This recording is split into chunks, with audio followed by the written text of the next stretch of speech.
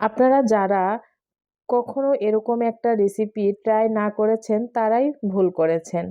তো এরকম একটা নতুন রেসিপি নিয়ে আপনাদের মাঝে হাজির হয়ে গেলাম।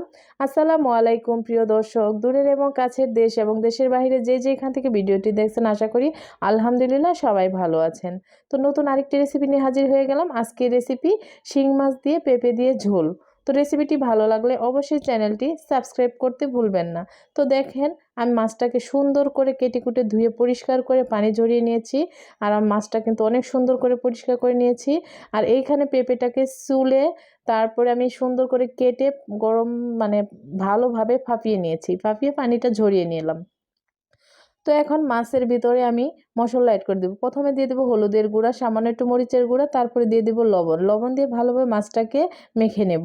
তো তারপরে চুলাতে কড়াই বসিয়ে দিয়েছি। কড়াইটা ভালোভাবে গরম হয়ে গেলে এখানে দিয়ে দিব সরিষার তেল। তেলটাও গরম হয়ে গেলে এখানে এক এক করে মাছগুলো দিয়ে উল্টিয়ে পাল্টিয়ে ভেজে একটা বাটিতে উঠিয়ে নেব। তো আমার মাছগুলো কিন্তু খুব সুন্দরভাবে ভাজা হয়ে গেছে, আমি কিন্তু বাটিতে উঠিয়ে নিলাম। তো এই তেলের ভিতরেই আমি এখন রান্নাটা করে নেব। তো এখানে দিয়ে দিব পেঁয়াজ কুচি। পেঁয়াজটা একটু লাড়াচাড়া করে হালকা যখন একটু ব্রাউন হয়ে আসবে, এখানে দিয়ে দিব আস্ত কিছু জিরে।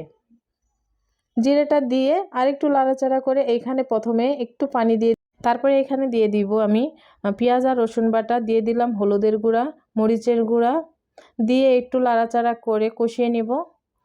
তো এই পর্যায়ে আমি লবণটা দিতে ভুলে গিয়েছিলাম, লবণটা দিয়ে দিলাম। দিয়ে আরেকটু লাড়াচাড়া করে এইখানে আগে থেকে ভাপিয়ে রাখা পেঁপেগুলো দিয়ে দিব। দিয়ে ভালোভাবে লাড়াচাড়া করে একটু মানে অল্প আঁচে ঢাকনা দিয়ে ঢেকে অনেকক্ষণ কষিয়ে নেব। আর এই তরকারিটা আপনারা যতটা কষাবেন তত কিন্তু মজা, এটা কিন্তু কষানোর ভিতরেই মজা। তো এই পর্যায়ে কষানো হয়ে গেছে, আমি এখানে দিয়ে দিব তরকারিতে ঝোল।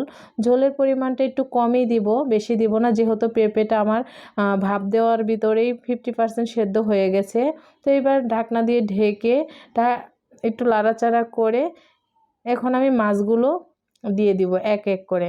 তো মাছগুলো দেওয়া হয়ে গেলে এইভাবে খুরচুন দিয়ে মাছগুলো একটু নিচের দিক দিয়ে দিব, দিয়ে লাড়াচাড়া করে এখানে দিয়ে দিব কয়েকটা কাঁচামরিচ মানে ফ্লেভারের জন্য।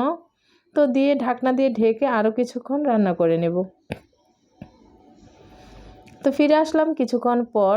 এই পর্যায়ে আমি ঢাকনাটা উঠিয়ে আমি এখানে ধনিয়া পাতা অ্যাড করে দিব। ধনিয়া পাতাটা দেওয়া হয়ে গেলে আরও কিছুক্ষণ ঢাকনা দিয়ে ঢেকে রান্না করে নেব। তো আপনারা বাসায় এভাবে ট্রাই করে দেখতে পারেন। তো আমার দেখেন তরকারিটা কিন্তু রেডি। মাশাআল্লাহ, কতটা সুন্দর, আর খেতেও কিন্তু ভীষণ মজা হয়েছে। রেসিপিটি ভালো লাগলে অবশ্যই চ্যানেলটি সাবস্ক্রাইব করতে ভুলবেন না। সবাই পাশে থাকবেন, সবাই ভালো থাকবেন, সুস্থ থাকবেন। পরবর্তী ভিডিও দেখার জন্য অনুরোধ রইল। আল্লাহ হাফেজ।